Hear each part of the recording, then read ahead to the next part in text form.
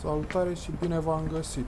Pentru cine nu mă cunoaște, eu sunt Ștefan și în continuare voi vorbi, după cum am promis în prima parte a clipului despre Roma, despre obiectivele turistice vizitate, dar care percep taxe de acces. Pentru început, aș vrea să vorbesc despre un card care folosește și ca abonament pentru mijloacele de transport, dar mai are și alte folosințe.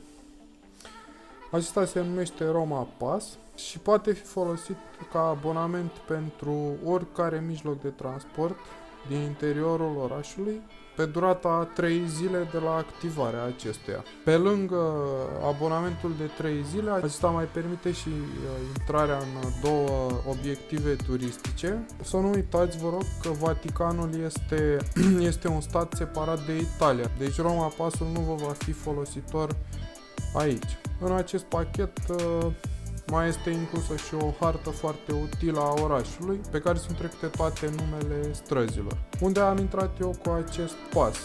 Păi, logic, am încercat să-l folosesc pentru cele mai scumpe taxe. Cel mai mult, eu cred că plătești pentru a accesa galeriile Borghezi, așa că a fost prima opțiune, a Roma Passului. Următoarea taxă pe care am evitat să o plătesc folosind acest card a fost aceea de intrare la Castelul Sant'Angelo, dar în funcție de cum dorește fiecare, poți alege și Coloseumul. Eu am ales așa pentru că am vizitat și galeriile Borgheze și castelul în aceea zi. Un alt motiv pentru care nu am ales Coloseumul a fost pentru că vizitarea acestuia cu siguranță vă va lua aproximativ o zi întreagă, este obositoare, pentru că în biletul Coloseumului sunt incluse și vizitarea forului roman și a dealului Palatin. Acest pas poate fi utilizat pe toate mijloacele de transport care sunt în interiorul orașului și nu sunt private. Mai exact, poate fi folosit pe autobuze, metrou, tramvai și chiar pe trenurile care merg în interiorul orașului. Încă o informație utilă, acest pas poate fi cumpărat direct din aeroport, costă aproximativ 40 de euro, așa că dacă ajungeți dimineața în aeroport, îl puteți cumpăra și după ce v-ați cazat la hotel și probabil doriți să și mâncați, în continuare puteți merge prin oraș folosind orice mijloc de transport și, după cum v-am spus, să nu uitați de harta aceea unde sunt trecute toate numele străzilor și toate traseele mijloacelor de transport, inclusiv stațiile autobuzelor, care sunt foarte dese. Ok, acum să încep cu vizitele. Când am plecat la Roma, am plecat cu gândul să ajung la Vatican. Era locul unde îmi doream cel mai mult să ajung. Și am ajuns. Taxa de intrare în Muzeul Vaticanului, pentru că practic acesta este, așa se numește locul care se vizitează, este de aproximativ 17 euro, iar vizita durează câteva ore bune. Pregătește-te să te plimbi foarte mult pe jos. Vei fi uimit de tot ceea ce este în acest mic stat, dar probabil cel mai important lucru și cel mai frumos va fi Capela Sixtina, care eu sunt de părere că îți va tăia răsuflarea și cu siguranță vei fi uimit de tot ceea ce vei vedea aici. Îmi pare rău că acest lucru în Capela Sixtina nu se poate filma. Este singurul loc din acest muzeu unde nu este permisă nici fotografierea, nici filmarea. Ce vreau să vă mai spun este că nu merită să ratezi nimic din acest muzeu imens, așa că încercați să-i alocați aproximativ o zi întreagă, pentru că de la început vei sta la coadă, dar nu te speria, pentru că toată treaba asta merge repede. Nu vei sta mai mult de 45 de minute, asta în cazul în care coada este destul de măricică. Și asta dacă eviți zilele de luni și miercuri, când de obicei este foarte aglomerat, pentru că miercurea Papa, din câte știu, ține un discurs. Iar lunea este foarte aglomerat pentru că duminica este închis și oarecum se adună dublu turiștilor. Ce trebuie să fii pe fază este faptul că la final multă lume ratează Pinacoteca, care este o expoziție impresionantă de picturi. Aceste săli ale Pinacotecii sunt la finalul traseului și probabil și din cauza oboselii foarte multe persoane încep să se ghideze doar după semnul pe care scrie exit.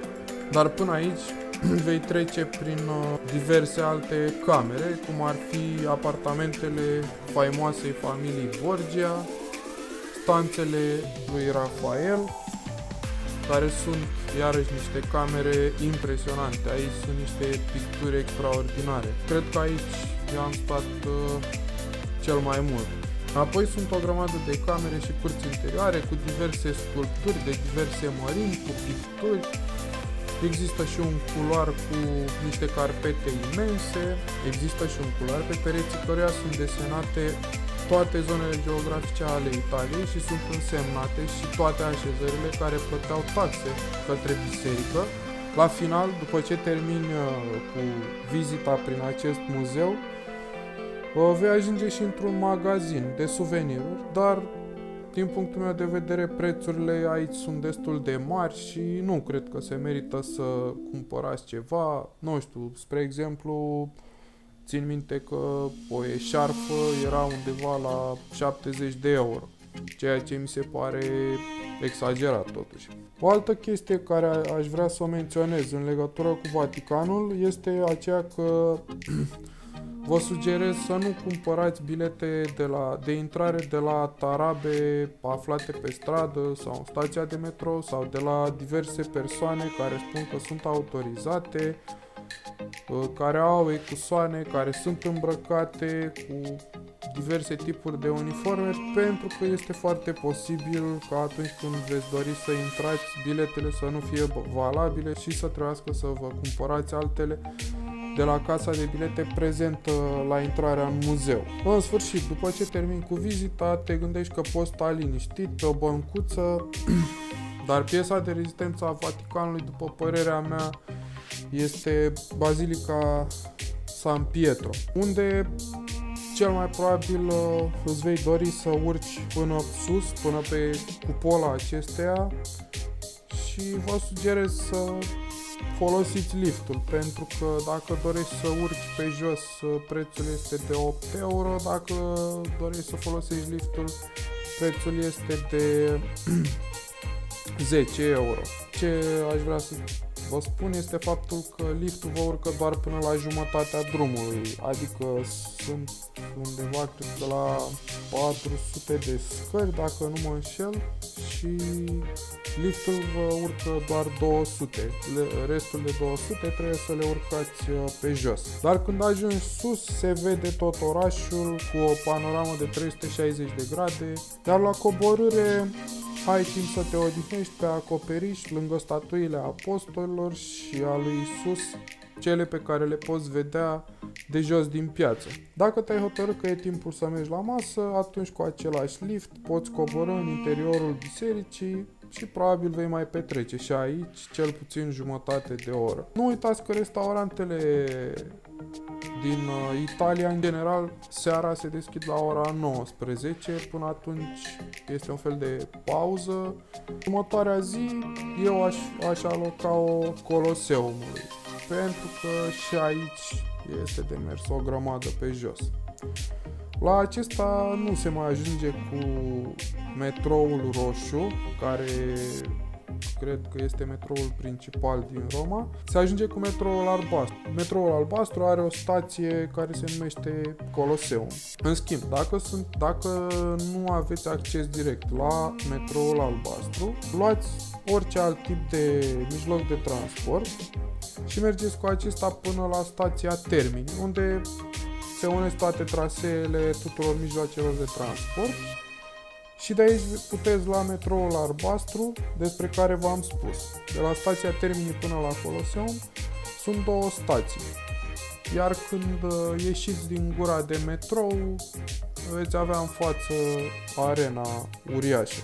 În continuare trebuie să aveți în vedere că aveți de mers o grămadă. Cred că acest obiectiv presupune cel mai mare efort din acest punct de vedere. Este de mers pe jos foarte mult. Biletul pe care îl cumpărați de la Coloseum este valabil și pentru vizitarea Forului Roman și mai departe pentru dealul Palatin. Dar odată ce ați intrat, puteți alege un traseu în funcție de dificultate pe care o doriți și drumul vă duce până pe vârful colinei și apoi înapoi spre ieșire. Aproape de Biserica San Pietro, la 5 minute de mers pe jos, este și castelul despre care vă spuneam la început, Castelul Sant'Angelo, care este o clădire fortificată. Acesta este exact pe malul Tibrului. Castelul acesta este o clădire, aș spune eu, diferită față de restul obiectivelor turistice din Roma, fiind mult mai auster, fiind o clădire militară. Chiar acesta nu este tixit cum sunt restul zonelor tixite de obiecte de artă, picturi, statui, etc. Nu este foarte mult de mers în acesta, câteva trepte de urcat, dar la final se ajunge pe acoperișul lui, de unde iarăși este o panoramă foarte frumoasă asupra orașului. În continuare voi vorbi despre galeriile Borghese, unde cred că este cea mai scumpă taxă de acces. Deci clar vă spun că ar trebui să vă folosiți Roma Passul aici. Ce trebuie menționat în legătură cu acest muzeu? Aici accesul se va face numai pe baza unei programări telefonice sau online. Indiferent de sezonul în care vă aflați, nu contează că este foarte aglomerat sau că nu există turiști. Programarea trebuie făcută. În cazul în care nu este foarte aglomerat, puteți suna astăzi și a doua zi veți putea intra la galerii. În cazul în care sunteți într-o perioadă aglomerată, puteți verifica online dacă sunt locuri libere pentru vizitare și la ce oră sunt locuri libere pentru vizitare, pentru că accesul în aceste galerii este undeva la 2 ore. Cam așa ține biletul de acces. Un alt lucru, distanța de la stația de metrou până la muzeul acesta este destul de mare. Nu vă gândiți că este asemănătoare cu cea de la Coloseum. De la metrou și până la Villa Borghese probabil faceți undeva la 30 de minute. După ce terminați cu galeria de artă, în parc sunt mai multe locuri unde se pot închiria biciclete. Și aceasta e o modalitate destul de plăcută de a explora acest parc, care este destul de mare pentru a fi vizitat pe jos. Acum aș vrea să vă dau câteva sfaturi în legătură cu reducerea cheltuielilor, ca să spunem așa. Dacă știi cam ce vrei să vizitezi înainte de a pleca din țară, îți poți descărca pe telefon ghidul audio al fiecărui obiectiv turistic și îl poți asculta în căști pe timpul vizitei. Mâncarea la restaurante este mai ieftină și mai bună cu cât te îndepărtezi de centrul orașului. Încearcă totuși să alegi restaurantele care par să fie afaceri de familie, pentru că aici de obicei vin aceiași clienți, iar proprietarii încearcă să nu-i piardă, așa că mâncarea va fi întotdeauna ca la mama acasă. În legătură cu suvenirurile, am observat că sunt mai ieftine cu cât ești mai departe de centru, iar după ora 7, eu când am fost la ora 6, cred că se înnopta deja, dar oricum, după ora 19, prețul putea fi negociat, iar cele mai ieftine suveniruri le-am găsit la chioșcurile stradale de tipul tonetelor de ziare. O altă chestie legată de restaurantele despre care vă povesteam. Acestea au întotdeauna vinul casei. În general, pe italieni am văzut consumând acest tip de băutură. Și nu în ultimul rând, dacă vrei să-ți reduci cheltuielile, nu arunca monede în toate fântânile pe care le găsești, pentru că sunt extraordinar de multe. Astea fiind spuse, am terminat cu ce aveam de spus despre Roma. Sper că v-a plăcut clipul meu. Dacă da, vă aștept aștept să dați un share, un subscribe și un like. Și sper să ne vedem în următorul clip, care cel mai probabil va fi despre o cetate mai puțin cunoscută și un mormânt aflat lângă aceasta. La revedere și să auzim numai de bine. Asta este din nou Bulai. El este ghidul nostru. El este ghiulele. Alfred Bulai. La castelul Sant'Angelo, care Este ghidul nostru, domnul nu se Alfred știe Bulai, de domn câți ani profesor. e. Domn profesor. Nu se poate dovedi că a fost făcut de acum 2